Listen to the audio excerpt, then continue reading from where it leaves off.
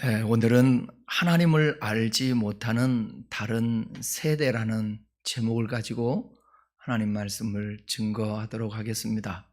조금 설교를 준비하면서도 그렇고 마음이 좀 무거움이 있더라고요. 그럼에도 불구하고 하나님께 우리가 소망을 두고 우리 다음 세대들을 위하고 기도하는 마음으로 이 말씀 함께 나눴으면 좋겠습니다. 기업에서는 다음 세대에 관해서 오랫동안 연구하고 있습니다. 다음 세대가 마케팅의 중요한 대상이기 때문에 그렇습니다. 기업 이윤을 추구하기 위해서는 반드시 이 다음 세대의 소비를 이용해야 하기 때문에 그렇습니다. 그러나 우리 그리스도인들이 다음 세대에 주목하는 것은 그들의 미래의 행복과 영혼의 구원을 위해서인 것입니다.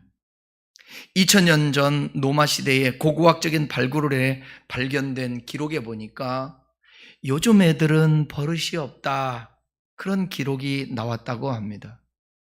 근데 그거보다 이전에 1700년 그 전, 그러니까 3700년 전의 고고학적인 그 발견에서도 요즘 아이들은 버릇이 없다라는 기록이 있었다고 합니다. 그러니까 어른들의 입장에서 보면 지금 아이들을 볼 때도 마찬가지 아닐까요? 아이들은 옛날이나 지금이나 똑같이 미숙합니다. 그렇다면 어른들이 할 것은 그런 다음 세대들이 잘 교육을 받고 모범적인 어른들의 모습을 보면서 잘 자랄 수 있도록 돕는 역할을 기성세대 어른들이 해야 합니다. 어른들이 어떻게 사는 것이 행복하고 옳은 삶인가를 보여주어야 하고 신앙은 어떤 모습으로 해야 하는지를 보여주어야 합니다. 그런데 요즘 신앙인들이 행복하지가 않습니다. 요즘 신앙인들이 정말 믿음으로 살지를 못합니다. 신앙의 모범들을 보여주지를 못합니다. 그래서 다음 세대들에게 물려줘야 될 신앙의 유산이 없다라는 거예요. 초록우산 어린이재단에 따르면 2022년 11월 22일부터 12월 29일까지 초등학교 5학년부터 고등학생 2학년까지 2231명을 대상으로 2023년 아동 행복지수 조사에서 86.9인 1940명의 행복지수가 상중 하중에 하로 집계됐습니다. 행복지수 하에 속하는 비율은 그 1년 전보다도 2.5포인트가 증가했다고 합니다. 그러니까 한국 아동 청소년 87%가 행복하지 않다라는 거예요. 소미야, 행복하니?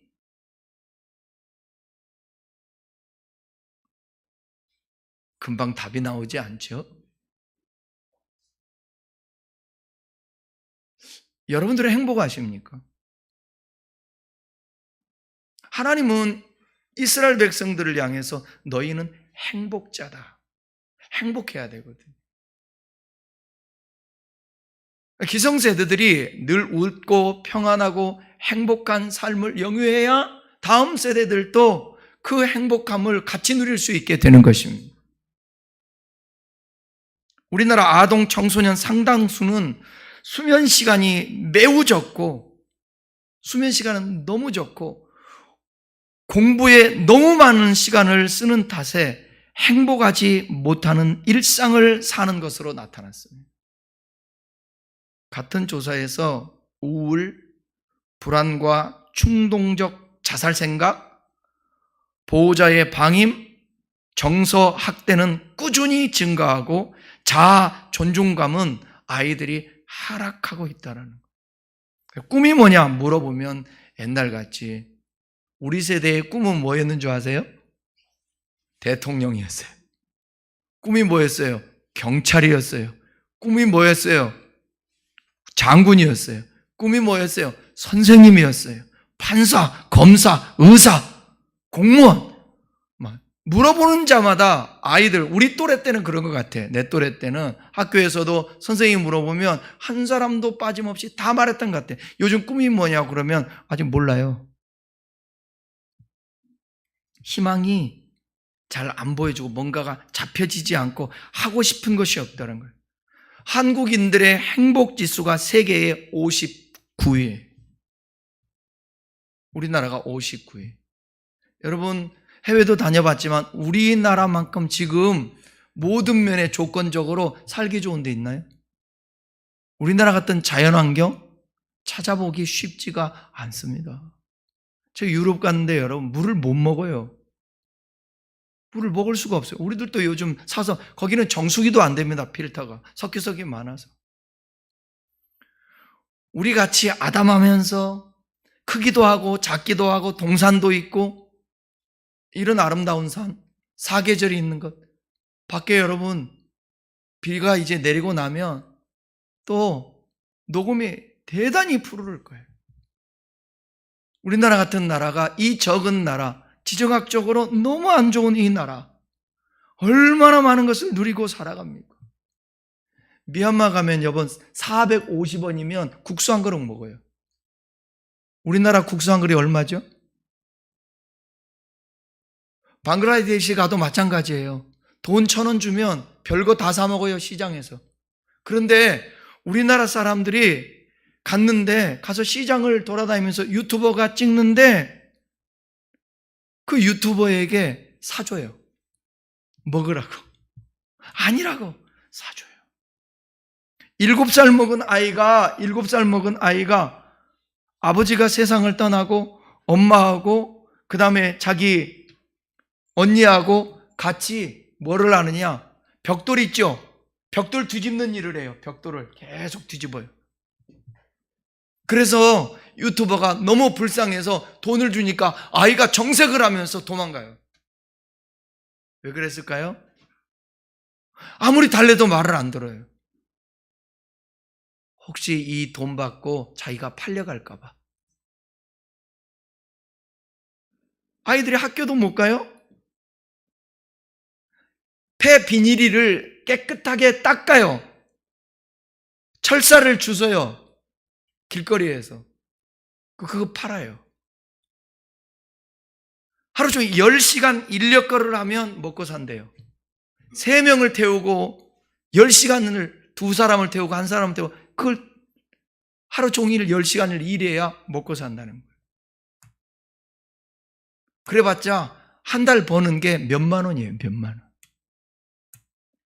그런데도 밝게 사는 거예요. 우리나라는 그렇지 않아요. 얼마나 많은 것을 핸드폰 없는 사람이 어디 있습니까? 그런데 행복지수가 낮아요. 더 불행한 건 뭔지 아십니까? 아동 청소년의 삶에 대한 만족도는 OECD 국가에서 꼴찌예요. 꼴찌. 이 모든 것이 능력제일주의, 성공주의, 좋은 대학, 좋은 직장을 추구하면서 양육하고 살아가는 기성 어른들의 잘못 아닐까요? 유럽 가보니까 애들이 동유럽에 대학에 별로 관심이 없어요. 직업학교 가요. 직업학교. 어려서부터 자기가 잘할 수 있는 거 하기 위해서 가는 거예요. 우리나라는 무조건 대학교 가는 거예요. 대학교 안 가면 안 되는 거예요. 대학교 너무 차별이 많아요. 서울에 있는 대학, 수도권에 있는 대학, 지방에 있는 대학, 지방에 있는 대학들은 문 닫는 이제 대학들이 되게 많아지죠. 이 능력제일주의, 성공주의, 좋은 대학, 좋은 직장. 왜 근데 이런 것들을 이루어가는데, 추구하는데 행복하지는 않죠?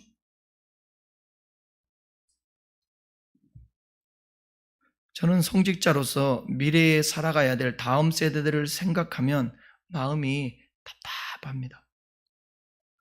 사회의 전반적인 개혁과 의식 변화가 있지 아니하면 다음 세대들은 더 불행하게 살 것이기 때문에 그렇습니다. 빨리 가장 먼저 해야 될 게 저는 교육 개혁입니다. 아이들이 학교 끝나면 뛰어놀아야죠. 그죠? 바로 어디 가야 돼요? 학원 가야 돼요. 학원 끝나면 뭐예요? 이거 해야지, 이거. 이거 해야지. 이거 하고 놀아야지. 요즘 여러분, 지상파 TV 애들 봐요, 안 봐요? 뭘로 다 해결해요? 스마트폰으로 다 해결합니다. 그래, 옛날에는 가족들끼리 TV가 있으니까 함께 텔레비전이라도 보면서 얘기라도 하고 뭔가 같이 보면서 공유라도 했죠. 그잖아요. 어쩔 때 연속곡에서 아무것도 아니야. 그런데 어머니, 아버지, 형님들 같이 보면은 뽀뽀하려고 이렇게 부딪히기만 해도 가슴이 이거 어떡하지? 이거 어떻게 아버지하고 어머니하고 같이 봐? 그 부모님들도 어색해하고 그러면서 자라야 되거든요. 근데 다 각자 방으로 들어가. 요즘 50대, 60대의 절망이 며칠 전에 얘기하는데 죽을 똥 쌀 똥 공부해서 일해서 아이들 키워놓고 먹여 살리고 그랬더니 대기업 다니다가 퇴직한 거야. 50대 후반이야. 딱 내 나이야. 일할 게 없네. 이력서 내로 돌아다니는 거예요. 대기업 상무, 대기업 임원이었던 사람들이 뭐 좀 투자해가지고 벌어놓은 돈 다 날려버렸네. 그렇게 멀쩡한데 누가 써주는 사람이 없어. 그리고 집에 딱 들어가면 아이들 둘 있고 하는 가정들이 있잖아요. 다 도망가. 어디로 도망가? 에? 방으로요? 네, 방으로 도망가. 그러면 소파에 누구 혼자 남아? 부인도 싫대. 그러면 아저씨 혼자 남아. 그러면 부인이 나와서 또 그러겠지. 맨날 앉아서 텔레비전만 본다고. 다음 달 이자 어떻게 할 거냐고. 이런 사회가 되고 말았어요. 그러니까 행복할 조건들은 많은데 스스로가 불행하다고 생각하고 막 불행을 오히려 서로 간에 전파하고 칼로 찌르는 것 같아요. 목회 데이터 연구소에서 온라인 구독자 736명을 대상으로 해서 지난해에 12월 30일부터 올해 1월 14일까지 2024년 한국교회 키워드를 하나만 꼽으라 하고 한 조사를 실시했습니다. 그런데 이 설문조사에서 1위로 꼽힌 결과가 다음 세대라는 키워드입니다. 다음 세대에 대한 관심은 있는데 어디서부터 손을 대야 할지. 저도 다음 세대를 위한 기도를 설교를 해야 되니까 지난 한 주일 동안 다음 세대에 대한 어떤 자료, 유튜브 말들은 좋은데 그 실현 가능할까? 한국교회? 들어도 희망이 없고 들어도 몇 교회, 큰 대형 교회에 인재풀이 되어 있는 그런 데만이 그 가능한데 또 문제가 뭐냐? 대형 교회에도 어른들은 몇만 명이고 몇천 명인데 아이들은 몇십 명이고 몇백 명인 거예요. 아이들이. 교육할 아이들이 없어요. 관심을 가져도. 일단 청소년, 청년, 30, 40 세대들이 교회를 이탈하고 있습니다. 개취. 개취가 뭐예요? 모르세요? 개취. 개인 취향. 개인 취향에서 교회에 관심이 없다라는 거예요. 애들에게 취향이 전혀 교회에 관심이 없다라는 것입니다. 오히려 TV 같은 데서 스님 나오고 신부님 나오고 목사님 나오고 원불교는 뭐라고 그러지? 온불교회 그 성직자 나오고 그런 거 나와서 서로 얘기하고 웃고 오락 프로그램 하는 거 거기는 또 좋아하고 종교 지도자들이 놀림감이 되고 자꾸 이런 시대가 됐어. 그런 데는 관심이 또 있죠. 오늘 성경을 보면 그 시대에도 이 다음 세대들의 문제가 있었습니다. 성경을 우리가 보면서 이유에 대한 거에 대해서 또 대안은 뭔가 조금이나마 생각해 보겠습니다. 오늘 함께 읽은 본문에 보게 되면 세 개의 세대가 등장합니다. 1세대들은 애굽에서 탈출한 애굽 세대 기억하셨죠? 그들은 광야에서 원망하고 불평하다가 죽었고 여호수아와 갈렙만이 신앙의 위협을 이어서 다음 세대의 지도자가 되었습니다. 이 세대들은 광야의 세대예요. 그들은 광야에서 나고 자란 사람들입니다. 이들은 불기둥, 구름기둥이라는 하나님을 경험하고 만나와 메추라기를 하나님의 공급하심으로 먹고 자라났습니다. 그런데 성경은 여러분 그 세대를 넥스트 제너레이션, 다음 세대라고 부르지 않고 another generation, 다른 세대라고 이야기를 합니다. 1세대와 2세대의 신앙을 이어받은 제3세대가 나타나서 하나님을 알고 하나님의 말씀을 기억하여 하나님의 나라를 만드는 것이 가나안 땅을 주신 하나님의 목적인데 이 1세대, 2세대의 신앙을 기억하지 않고 완전히 다른 세대가 되어버렸습니다. 그래서 오늘 본문의 2장 10절 사사기 2장 10절은 이와 같이 말합니다. 읽어볼까요? 그 세대의 사람도 다 그 조상들에게로 돌아갔고 그 후에 일어난 다른 세대는 여호와를 알지 못하며 여호와께서 이스라엘을 위하여 행하신 일도 알지 못하였더라. 여호와를 알지 못하며 여호와께서 이스라엘에게 행하신 일도 알지 못하였더라고 하는 완전히 다른 괴물 세대가 나타났습니다. 신앙을 이어가는 미래를 책임지는 다음 세대가 아니라 다른 세대, 괴물 세대가 나타났다는 거예요. 우리나라도 천막을 만들어 옛날에 교회를 했죠. 얼마나 많은 사람들이 기도하며 금식하며 하나님 앞에 부르짖었습니까?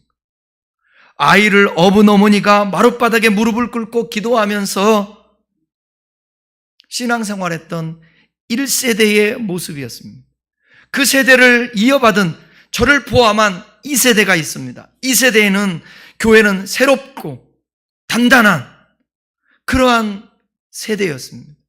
그래서 교회에 부흥을 시켰습니다. 새로운 문화를 공급받았습니다. 기도원에 다니면서 밤새도록 기도도 했고 방언 받기 위해서 밤새 기도하고 학창시절에도 매일 교회 가서 열심히 기도했습니다. 이제 다음 세대가 나타나야 하는데 지금의 현상을 보면 다른 세대와 같은 느낌, 다른 세대와 같은 그 당시에 다른 세대와 같은 another generation, 완전히 다른. 오늘 사사기 2장을 보게 되면 두 가지 내용이 소개되는데 7절을 한번 읽어보겠습니다. 7절, 백성이 여호수아가 사는 날 동안과 여호수아 뒤에 생존한 장로들 곧 여호와께서 이스라엘을 위하여 행하신 모든 큰 일을 본 자들이 사는 날 동안에 여호와를 섬겼더라. 출애굽하여 가나안에 정착한 여호수아 당대와 여호수아 뒤에 생존한 후대의 장로들이 살아있는 동안에는 어떤 일을 있었냐면 여호와를 섬기는 믿음의 역사가 지속됐어요. 또 하나님이 이스라엘을 위해 행하신 위대한 구속 역사가 계속 계승됐어요. 유지됐어요. 보존되었습니다. 그런데 사사기 2장 8절 9절을 보십시오. 암담합니다. 10절까지 여호와의 종 눈의 아들 여호수아가 110세의 죽음에 무리가 그의 기업의 경내 에브라임 산지 가스산 북쪽 딥낫 헤레스에 장사하였고 그 세대의 사람도 다 그 조상들에게 돌아갔고 그 후에 일어난 다른 세대는 여호와를 알지 못하며 여호와께서 이스라엘을 위하여 행하신 일도 알지 못하였더라. 여호수아가 죽고 당대 살았던 사람들도 다 죽은 이후에 일어난 다른 세대, 다음 세대죠. 다음 세대인데 다른 세대라고 얘기하고 있어요. 이 다음 세대들이, 다른 다음 세대들이 여호와를 알지 못했다라는 것입니다. 여호와께서 이스라엘을 위해서 구속하신 그 일들을 알지 못하고 신앙을 계승하지를 못하고 단절돼 버렸어요. 역사 교육이 끊어졌습니다. 하나님이 누구신지 모르고 그분이 자기 백성을 위해서 행하신 그 일들, 즉 애굽에서 건져내 주시고 홍해에 기적을 베풀어 주시고 만나를 내려주시고 구름기둥과 불기둥이 있었고 시내산에서 율법을 주셨고 가나안 땅을 정복하게 하셨던 그분이 누구냐? 하나님이셨잖아요. 하나님. 요단강을 어떻게 건너요? 하나님이 건너게 하셨어요. 여리고성을 어떻게 무너뜨려요? 하나님이 무너뜨리게 하셨어요. 이 이스라엘을 위하여서 행하신 역사의식이 완전히 단절되고 하나님을 잊어버린 세대가 되었다는 것입니다. 어쩌면 이 시대에 우리 다음 세대가 그러지 않을까요? 이스라엘 공동체의 정체성을 잃어버리는 비참한 결과를 초래하게 되었습니다. 이 나라가 어떻게 세워진 나라입니까? 학교가 어떻게 세워졌나요? 선교사님들에 의해서. 병원이 어떻게 세워졌나요? 세계적인 수준의 병원이 되었는데 병원의 출발이 어디예요? 선교사들이 와서 이 나라를 이토록 살게 해 주셨어요. 하나님의 은혜가 이 땅에 얼마나 컸는데. 그런데 그 은혜를 잊어버린 그 괴물 같은 다른 세대, 그 다음 세대에게 임한 결과가 뭐냐? 우리가 그걸 생각을 해야 돼요. 우리 다음 세대들에게 닥칠 것은 축복일까? 아니면 더 어려움일까? 사사기 2장 11절에서 15절을 또박또박 읽으면서 마음에 새기면서 우리 자녀들을 생각해야 합니다. 같이 읽겠습니다. 이스라엘 자손이 여호와의 목전에 악을 행하여 바알들을 섬기며, 여호와의 목전에 악을 행하는데 누구를 섬겼다고요? 누구 섬겨야 되는데? 하나님 섬겨야 되는. 여러분 지나가는 아이들을 붙잡고 물어보세요. 주일학교 안 나가본 애들이 있나? 다 하나님 하면서 기도하고 밥 먹고 교회 와서 사랑은 참으로 버리는 거 찬양 불렀죠. 그잖아요. 사막에 샘이 넘쳐 흐리리라. 예수님이 좋아서 그랬던 아이들이에요. 수련회를 갔던 아이들이에요. 교회에서 축구를 했던 아이들이에요.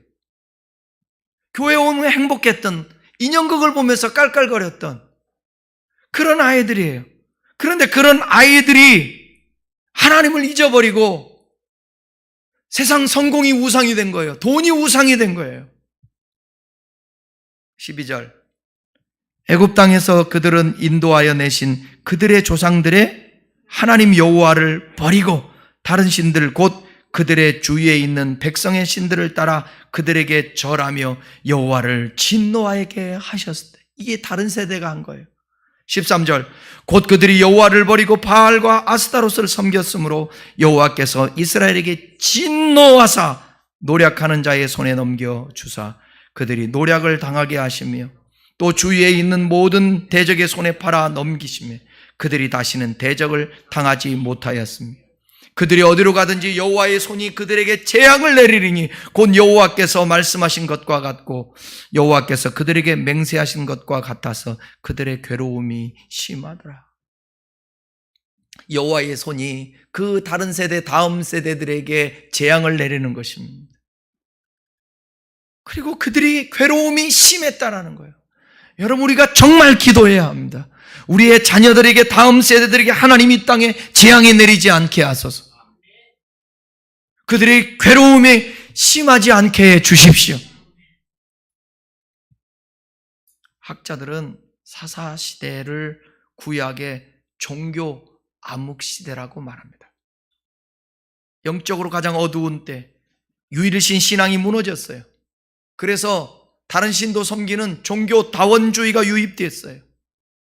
믿음이 다음 세대로 계승 안 되는 하나님 목전에서 악을 행하고 그들을 인도하신 하나님을 버려버린 세대. 그리고 주변 나라 각종 우상을 숭배하고 주변 나라로부터 지배를 받고 억압과 착취를 당하고 숨어서 살아야 되는 그런 고통에 시달려야 했습니다. 그러면 또 하나님 앞에 부르짖어요. 하나님 잘못했습니다. 부르짖으면 또 하나님이 살려주세요. 좀 은혜를 주세요. 살려주시면 또 죄를 지어요. 또 죄 지으면 또 고통당하면 또 부르짖어요. 그러면 또 살려주셔요. 이런 악순환의 고리가 끊임없이 반복하는 것이 여러분 사사기 읽어보면 이 사사기의 특징입니다. 결국 사사시대의 말에 가서는 개인주의로 인해서 민족 통합이 안 되고 동족 상쟁에 끔찍한 전쟁이 일어나고 레위인이 첩을 취하고 하나님의 제사장들이 속해 있는 레위인들이 강간으로 첩이 죽자 그 시체를 12도막을 내가지고 이스라엘 각지로 보내고 각종 음행과 망령된 일이 자행되고 이 시대 아닙니까?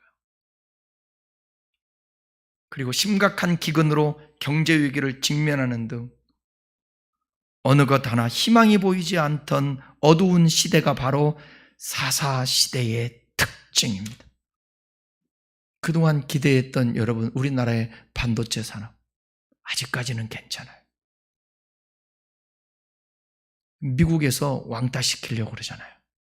대만, 한국, 그럼 어디로? 일본으로. 어디요? 경기도 저쪽에 남쪽으로 용인? 이런 데 여러분 수백 조를 투자해가지고 거기에 반도체 산업을 육성하려고 그러고 있잖아요. 진행이 잘 안 됩니다. 조건도 잘 안 맞는다고 그러더라고요. 미래의 경제는 긍정적으로 보는 사람들이 없어요. 현재 우리나라가. 중국과의 관계 너무 잘 알죠? 우리나라는요, 무조건 뻗어나가야 합니다. 무조건 뻗어나가야 합니다. 대륙을 통화해서 유럽까지 가야 합니다. 그러려면 중국, 러시아 함께 해야 돼요.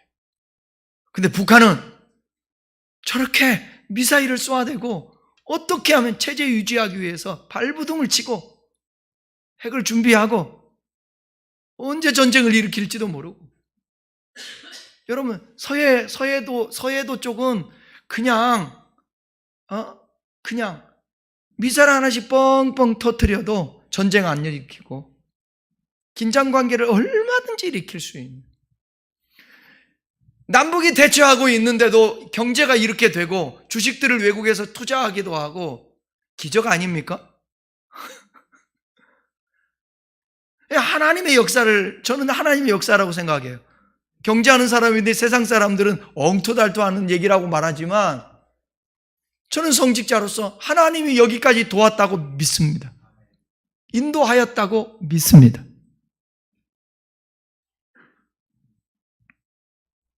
이런 끔찍한 결과가 무엇 때문에 발생했는가, 그 원인이 어디서부터 시작되었는가, 그것은 뭐냐면 다음 세대들을 세우는 일에 실패한 거예요.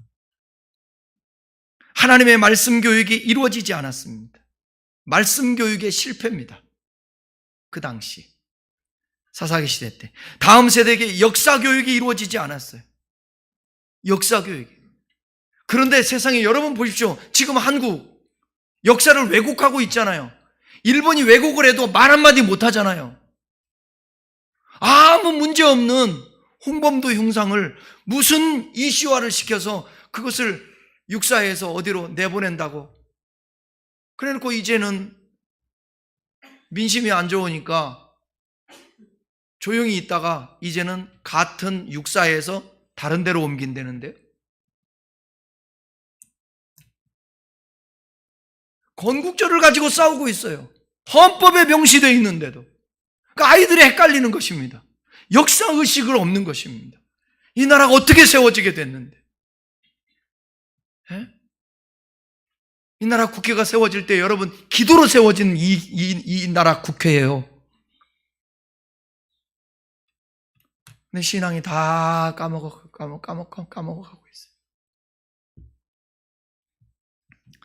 역사의식이 가나안 원주민을 쫓아내야 되는데 쫓아내지 못했어요.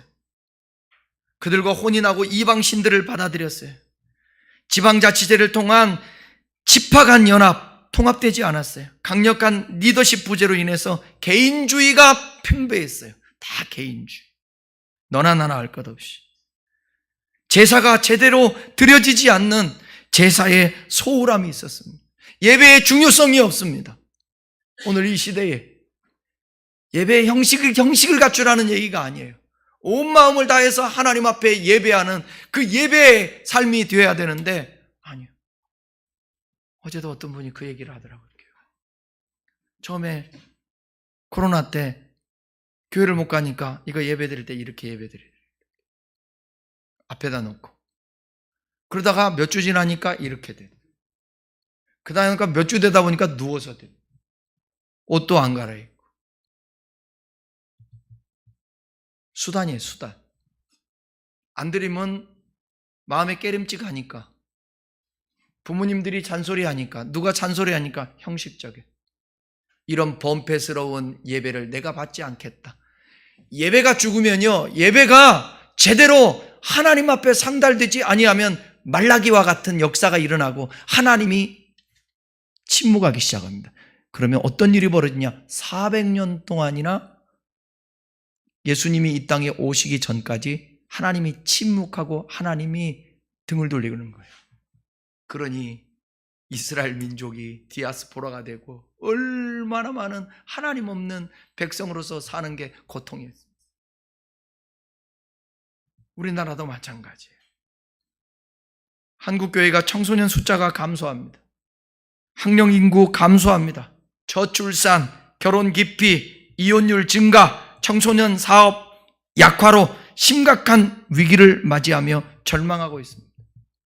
중요한 것은 이런 위기와 당면한 문제들 앞에서 우리가 어떻게 반응하고 어떻게 해석하고 어떻게 생각하고 어떻게 대처하느냐에 따라서 이 위기 상황들을 이겨낼 수 있는데 우리는 정치인도 아니고 전문가도 아니잖아요. 그 전문가들이 잘 알 수 있도록 최소한도 우리가 해야 될 건 뭐냐면 기도인 거예요. 그리고 우리의 목소리를 낼 수 있어야 되고 우리의 자녀들만이라도 삶의 의미와 가치가 무엇인가, 성공을 추구하고 성장주의를 추구하고 늘 좋은 것, 큰 것, 많은 것을 추구하는 시대 속에 아니야, 너가 하고 싶은 거 해, 네가 잘하는 거 해, 네가 행복하면 돼, 누구 눈치 보지 마, 너는 소중한 존재야. 뒤에 한번 보세요. 하나님께서 이 땅에 우리에게 주신 그 놀라우신 그 은총들을 거둬지게 하면 안 되는 거예요. 거둬지게 하면 안 되는 거예요.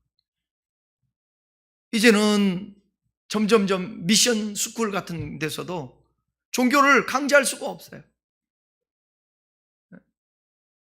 옛날에는 신학생들, 여러분 물어볼게요. 신학생들은 신학교를 가려면 세례를 받아야 될까요? 안 받아야 될까요?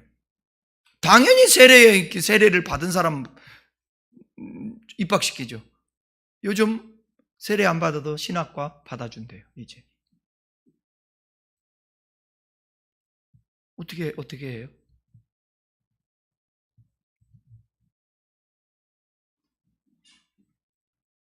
우리는 다음 세대들에게 하나님의 은혜를 기억하게 해야 합니다. 여호수아 시대를 살았던 이스라엘 자손들은 여호수아의 신실한 믿음을 보았습니다. 그리고 그들은 하나님께서 이스라엘을 위하여 행하신 모든 일들을, 즉 그 위대한 일들을 그들에게 가르쳐주고 소개하고 그들이 경험한 하나님의 은혜가 있었기에 그들은 평생 하나님을 떠날 수가 없었던 것입니다.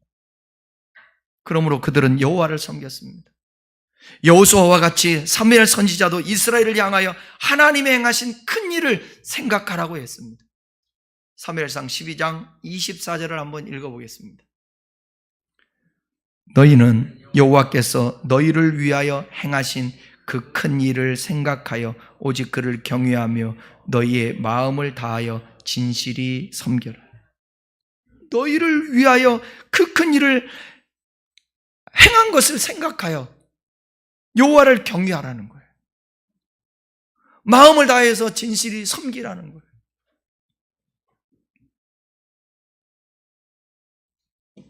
한국교회 현실을 보십시오. 언제부터 교회가 젊은이들이 빠져나가고 교회가 이렇게 쇠퇴하게 됐는가? 그게 경제적인 성장도 있었지만 옛날에 여러분 밀양 영화 봤죠? 밀양 영화? 그 다음에 교회 세습, 목회자 스캔들, 교인들의 배타적이고 이기적인 것,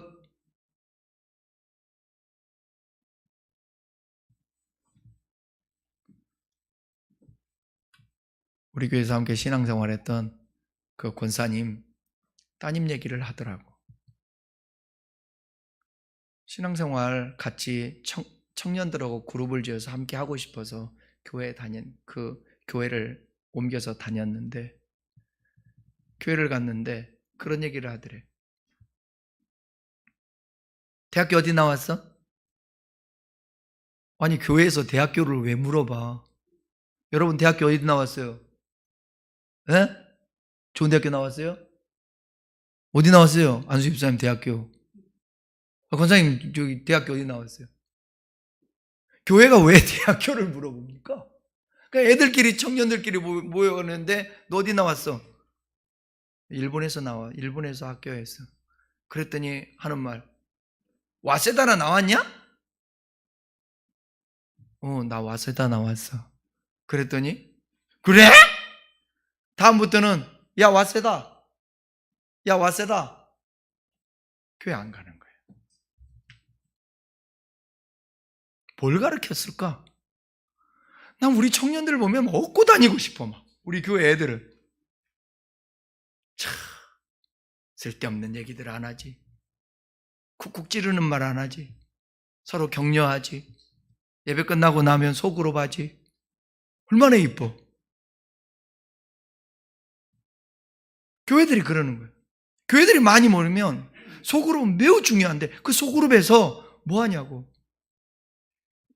직장이 뭐야? 어디 다녀? 편가르고. 부모님 직업이 뭐야? 편가르고. 자랑한대. 어떤 차 타고 다니고 뭔 집을 노력해서 샀고 자랑한다는 거야. 어디서? 그게 교회야? 그건 교회가 아니지. 교회는 유무상통하면서 모든 사람들이 그리스도 안에서 아델포스가 뭐라고요? 형제 한 자궁이라는, 자궁에서 나온 형제 아델포스. 근데 교회가 그런 모습들을 상실하는 거예요. 교회는 차별이 없어야 돼요. 아멘.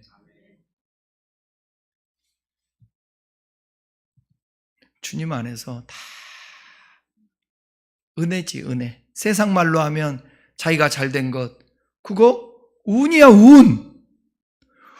운이 안 보태주면 못하는 거야. 운이 있어야지.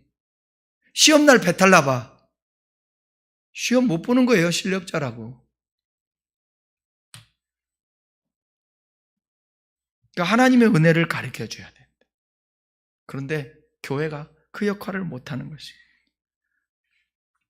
하나님을 알게 가르쳐야 하는데, 하나님을 아는 것은 그분의 행하신 그 위대한 일들, 그리고 하나님의 말씀을 가르쳐줘야 돼.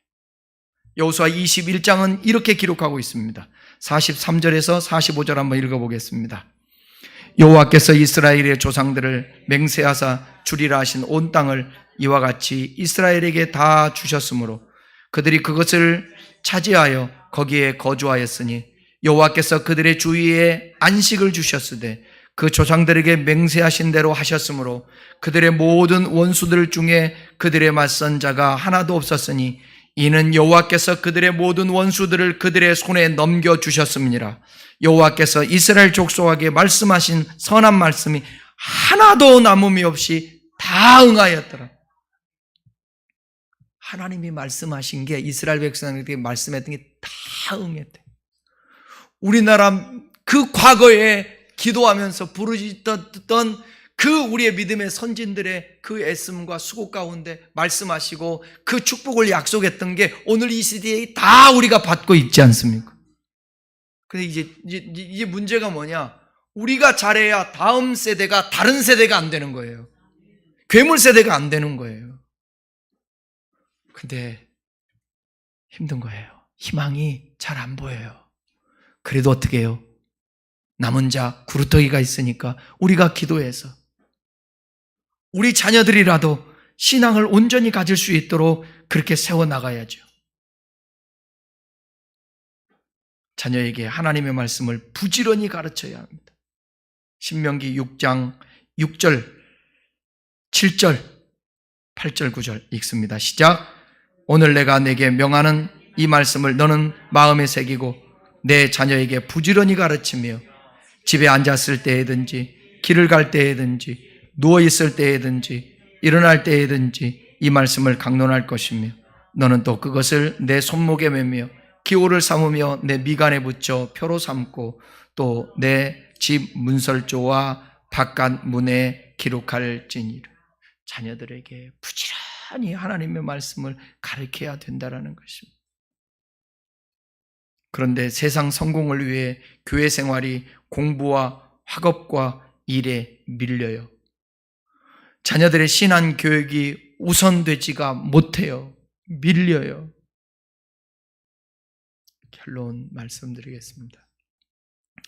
2018년에 세상을 떠난 세계적인 물리학자 스티븐 호킹 박사는 생전에 변이 바이러스의 위험성을 언급했었죠. 근데 진짜 코로나19 사태가 왔어요. 완전히 예측이 맞아떨어졌어요.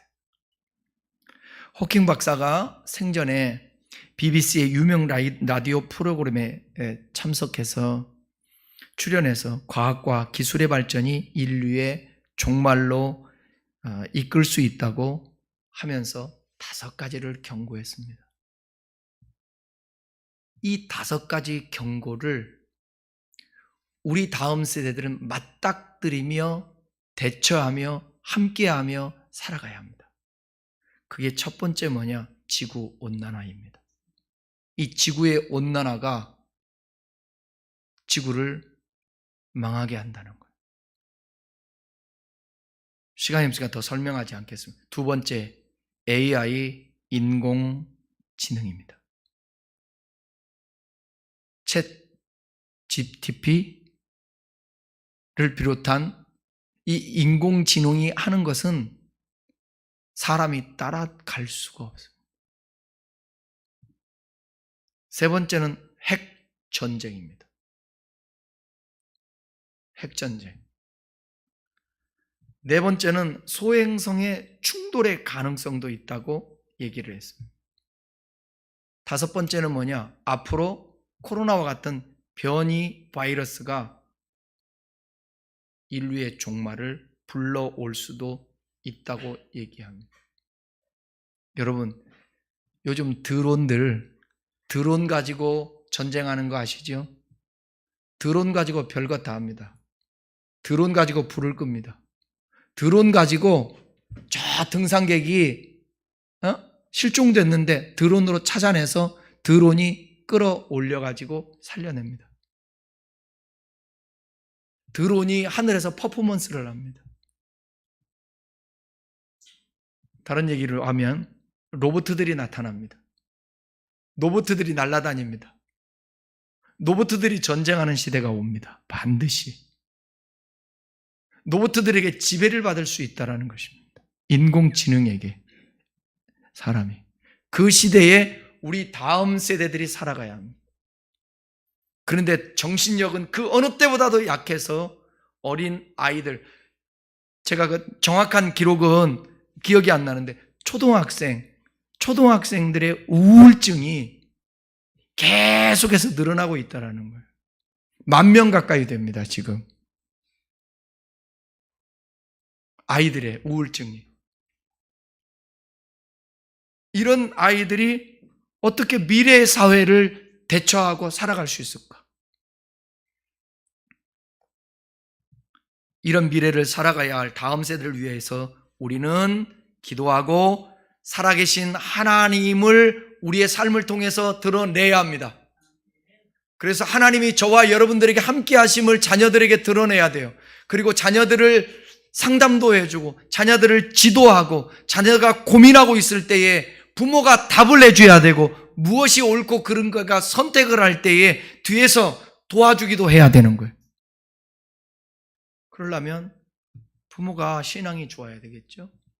부모가 똑똑해야 되겠죠. 우리의 삶이 다음 세대까지 영향력을 끼치기 위해서 다음 세대의 주역이 될 그 세대에게 하나님의 말씀을 바르게 가르치고 이해하게 해야 된다는 것입니다. 그리고 부모로서 영적으로 충만해서 쉬운 말로 여러분들이 영역을 가지셔야 돼. 영적인 힘을 가지셔야 돼. 그 자녀를 끌어줘야 돼요. 울고 있는 자녀에게 토닥일 수 있는 영역이 있어야 되는 것입니다. 힘을 줄 수 있는 든든한, 나는 엄마를 생각하고 아빠를 생각하면 든든해. 괜찮아. 여러분들이 행복해야 되고 여러분들이 능력이 있어야 되고 여러분들이 하나님 앞에 붙들려야 돼. 다른 구조적이고 이런 것들은 우리가 할 것들이 아니잖아요. 그걸 위해서 기도해야 되고. 그런 아름다운 세상, 멋있는 세상. 요즘은 이 말만 하고 마칠게요. 우리 목사님들, 이제 저도 나이가 있으니까 제 친구도 선배들도 결혼 다 이제 자녀들 시켜놓으니까 요즘 목사님 사모님들이 하는 게 뭔지 아세요? 애 보는 거예요. 애 보는 거예요. 애 보는 것 때문에 모임도 못 나와요. 왜? 사회가 그래. 아이들 맞벌이 하지 않으면 못 살아요. 그러니까 엄마 아빠가 애 봐줘야 되는 거야. 어린이집에다 여러분, 이제 6개월도 안 된 애 맡겨야 되잖아. 아니, 깐난애 3개월 된 애 맡겨야 되잖아.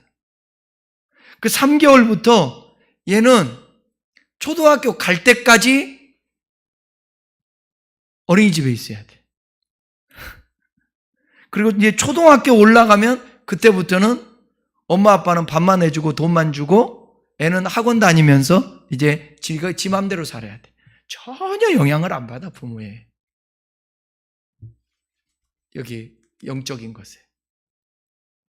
그러니까 여러분, 우리 좀 오늘 심각한 얘기들을 했는데 답은 그거예요. 어느 시대든지 난세에 영웅 난다고 하나님께서 이 시대 가운데 기름 부어주시고 역사해 주셔서 교회가 다시, 젊은이들이 다시 회복되는, 마른 뼈가 살아나는 역사가 있었듯이 그런 역사가 있기를 위해서 이 어린이 주일날 다음 세대를 위한 이 기도에 소리쳐 봅니다.